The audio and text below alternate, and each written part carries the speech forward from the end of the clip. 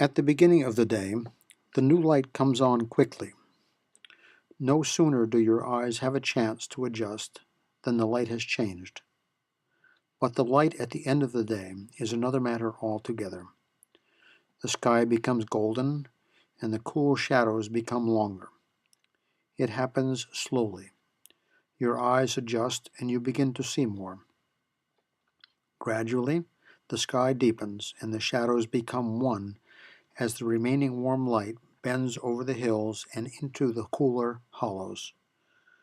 Time seems to slow down. Farmers come home for the day. Meanders of turf smoke trickle up from the chimneys, and the night sounds begin. The work in this exhibition is mostly from several different farms in County Clare in the west of Ireland. They are part of a larger series of paintings and photographs entitled Western Light.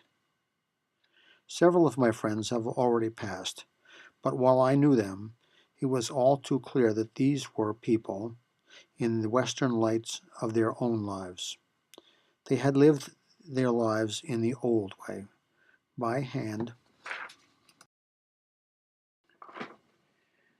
The work in this exhibition is mostly from several different farms in County Clare, in the west of Ireland. They are part of a larger series of paintings and photographs entitled Western Light. While several of my friends have already passed away, while I knew them, it was all too clear to me that they were people in the Western light of their own lives. They had lived most of their lives in the old way, by hand, until the tractor came into Ireland in the mid to late 1950s. Many of the older farmers continued to carve out their living in much the same way, from the land, until the beginning of the 21st century, and yet their children and grandchildren lived in a world of the new way, with computers, fast cars, built-in obsolescence, and not really part of a community as their parents and grandparents had, and often still did. Mary Nestor and Patty Mack lived within half a mile of each other. Patty's elder brother, Martin, passed away several years ago.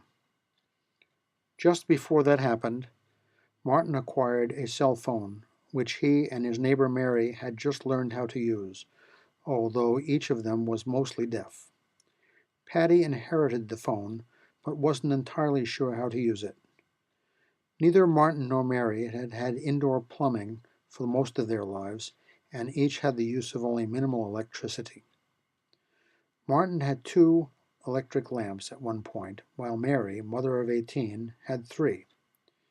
She passed in 1998 at the age of 87, and Martin at the age of 92 several years later. Patty lived out the last years of his life contentedly in a nursing home, enjoying for the first time in his 88 years what many others had had for most of their lives.